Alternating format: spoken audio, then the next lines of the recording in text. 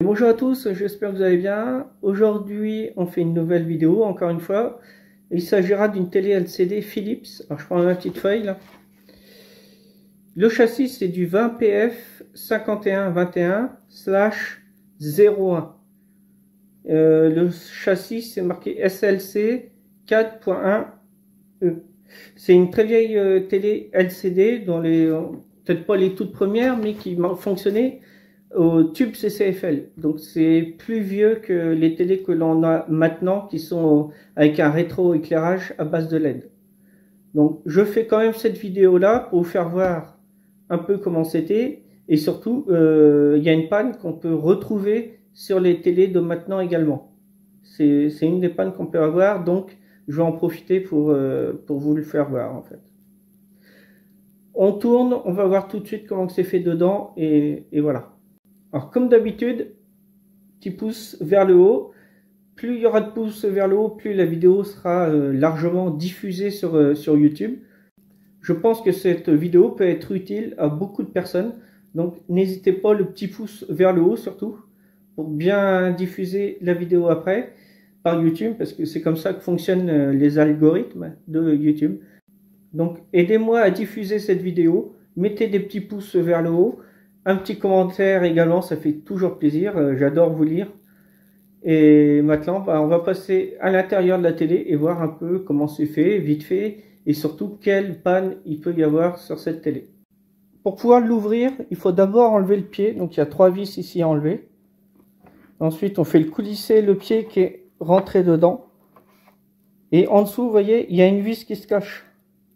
Si on n'enlève pas le pied, on ne peut pas enlever tout le boîtier. Et ensuite, on enlève une vis ici, une vis là,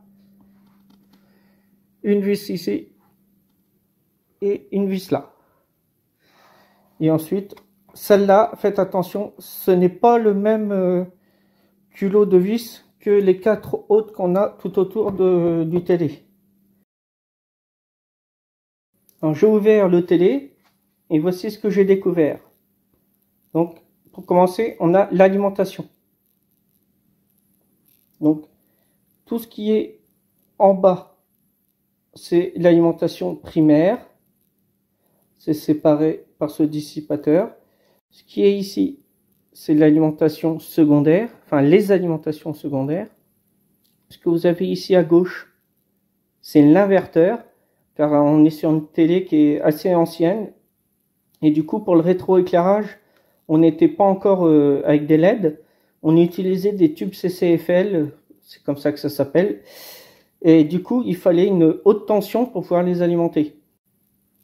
Ensuite, ici, on a la mainboard. Certains disent la carte mère, mais c'est la mainboard. Ça s'écrit B-O-A-R-D, c'est pour ça que j'ai dit board. Ici, voilà, hop. Vous avez l'ampli audio, l'amplificateur audio, il est là. Donc, il va à la fois alimenter les haut-parleurs ou alimenter la prise casque, qui est ici. Donc, c'est rare, mais sur ce châssis-là, l'ampli, la carte audio, on va dire, est déportée de la carte principale. Cette carte principale, elle va gérer l'affichage, l'audio, les sorties, les entrées, les fonctions. Ici, vous avez la petite carte avec des petits switches ici pour sélectionner si on veut changer de chaîne ou augmenter le son, etc. Vous avez ici en dessous, là, il faut enlever toute la carcasse pour y accéder. C'est la carte Tecon, donc c'est comme ça que ça s'appelle. La carte ici qui fait le traitement vidéo, etc. envoie une information, des informations sur cette carte. Et cette carte permet de les retranscrire sur la dalle LCD. Alors d'ici, vous voyez peut-être déjà la panne, mais on va y venir juste un petit peu après. Si vous avez une télé comme ça qui est en panne, la première des choses à faire, c'est de vérifier ici, là, dans l'alimentation secondaire, toutes les alimentations. S'il y a un 5 volts, s'il y a un 12 volts, s'il y a certaines télés, un 3,3 volts. Donc il faut les mesurer. Sur ce genre de télé, on peut prendre le moins directement sur la carcasse. Donc le moins, ça va être le fil noir du multimètre. Et on va venir mesurer les différentes tensions. Certains, des fois, se prennent ici dans le connecteur, directement. Sur celui-ci, ça a l'air bien serré. Donc ce que vous pouvez faire, c'est prendre, par exemple, la patte d'un composant, d'une résistance. Par exemple, la patte est assez longue. Vous l'entortillez au bout de la pointe de touche rouge et vous pouvez venir ensuite l'enfoncer un par un dans les trous du connecteur. Sinon, on peut également faire les mesures par en dessous, mais c'est plus risqué. On met une feuille pour isoler du châssis et il faut mettre sous tension, bien sûr. Alors ça, j'aime pas trop, surtout que là, il y a l'inverteur. Donc, c'est préférable quand même de faire la première proposition que je vous ai faite avec en mettant une patte de composant et en venant ici, ou alors vous prendre sur ce connecteur là parce que c'est le même, hein, le fil repart à la mainboard. Ensuite, si toutes les tensions sont bonnes ici, ça peut être un problème de rétroéclairage. Donc on va prendre une petite lampe, par exemple le flash du téléphone, et on va éclairer la dalle de devant. Donc on met sous tension bien sûr et on éclaire devant. Si on aperçoit quelque chose dans la dalle, même si on voit pas l'image, hein, juste le fait d'apercevoir, ça voudrait dire qu'on a un problème de rétroéclairage. Si on n'aperçoit rien du tout, ça sera la mainboard. Donc là, ce que je vous dis, c'est pour une télé ancienne à tube CCFL. Parce que les nouvelles télés qui sont avec un rétroéclairage à base de LED, eh bien le télé va se mettre en mode protection et on ne pourra rien voir devant au niveau de la dalle. En ce moment, c'est toujours ce problème-là. Ce sont les LED sous la dalle qui sont en principe souvent HS. On peut en avoir une ou trois HS carrément. Et là, le télé se met en protection et il démarre pas. Après, si rétroéclairage c'est bon, l'alimentation c'est bon, on va se pencher sur la carte ici de gestion, la mainboard. Ici, vous avez les alimentations qui arrivent. On a des selfs, on a un tas de composants, condensateurs de lissage, hein. Et on va avoir des régulateurs. Comme ici, vous avez un petit régulateur en boîtier noir. Ici, vous en avez un autre. Il doit y en avoir d'autres ailleurs sous la carte, peut-être en dessous, je ne sais pas sur ce modèle-là. Donc, il va falloir mesurer les tensions, comme on a fait tout à l'heure. Donc, fil noir toujours là sur la carcasse. Et fil rouge, par exemple, sur pin du milieu et pin ici, la pin 3 du régulateur, pour voir si les tensions sont bonnes. Donc, vous pouvez avoir, par exemple, 5 volts en in ici, sur la patte du milieu, et avoir 1 volt en sortie. Il faudra regarder ce qui est écrit sur le régulateur. Donc, il faut prendre une bonne lampe, des fois, pour arriver à lire ce qui est écrit. Et si c'est écrit 3.3 ou 33, ça voudra dire que c'est 3,3 volts. Donc, si vous avez 1 volt, c'est qu'il y a un souci avec le régulateur. Parfois, lorsque le régulateur est HS, eh bien, on peut cramer le microcontrôleur ou la RAM, ou ça arrive assez souvent quand même. Mais là, maintenant, on va se pencher ici, on va tourner sur la gauche. Hop, j'essaie de faire un petit zoom. À mon avis, vous avez déjà vu. Voici la panne. Tous les condensateurs sont HS, hein. Ils sont gonflés sur le dessus. En particulier celui-là. Donc là, qu'est-ce qu'il va falloir faire pour réparer la télé? C'est très simple. Il faut démonter la carte et changer tous les condensateurs qu'on a ici. Alors, ne pas faire comme certains font pour aller plus vite, parce que ils n'ont pas trop le temps.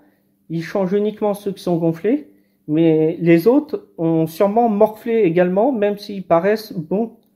Donc on va pas s'amuser à les dessouder, les tester avec un capacimètre et ensuite les remettre si jamais la mesure semble bon. On les change directement. C'est mieux, la télé repart pour quelques années et on est tranquille. On est sûr que la télé ne va pas retomber en panne tout de suite. Enfin, pas retomber en panne, pour ça. Elle peut retomber en panne plus tard pour le rétroéclairage, par exemple. Et là, c'est indépendant de la panne qu'on a eue ici. Donc, on va faire ça. Il va falloir enlever les vis. Alors, Philips, hein, c'est spécial, c'est du Torx. Hein. Il n'y a aucune vis cruciforme dessus. Donc, il faut prendre du Torx, on dévisse les vis. Et enlever tout ça, tous les connecteurs.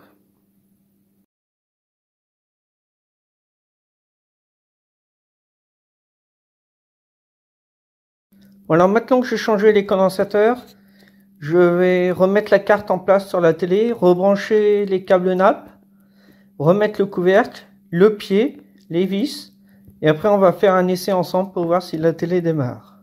Avant de remonter tout, je voudrais quand même vous faire voir et voir avec vous l'état des condensateurs. Voilà, vous voyez celui-là, il est un peu légèrement gonflé sur le dessus, pas complètement. Par contre, quand on regarde en dessous, vous voyez,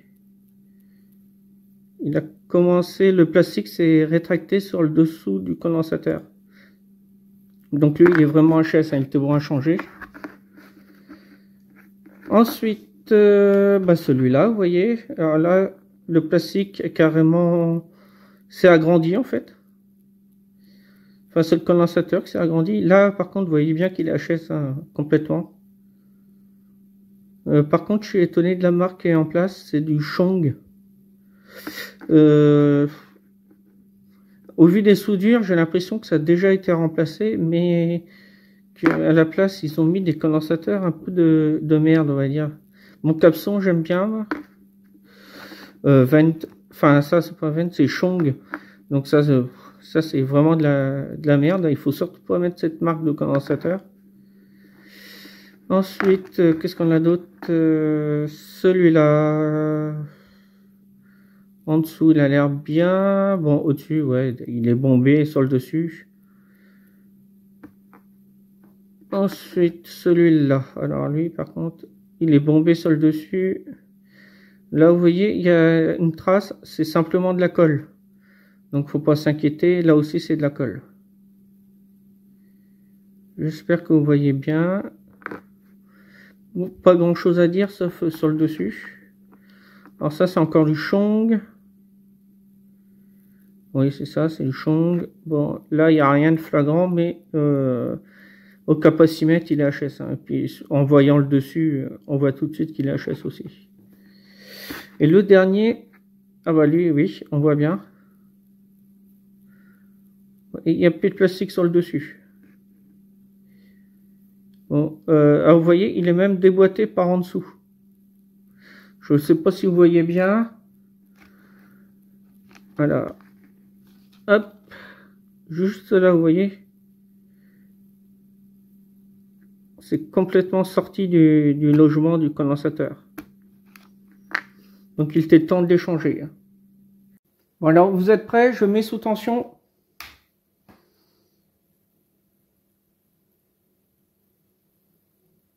Elle est en veille. J'appuie sur Power.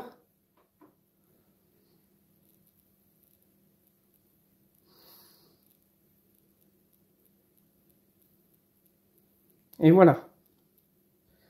Alors j'ai une télécommande qui m'a été fournie avec. Hein. Je ne sais pas si elle fonctionne. Ah oui, si elle fonctionne. Ah ouais. Ah bah si, ça y est, j'ai enfin vu le voyant rouge. Il y en a vraiment un quand on met la télé en veille. Ah, j'avais pas vu. Dans le bas à gauche.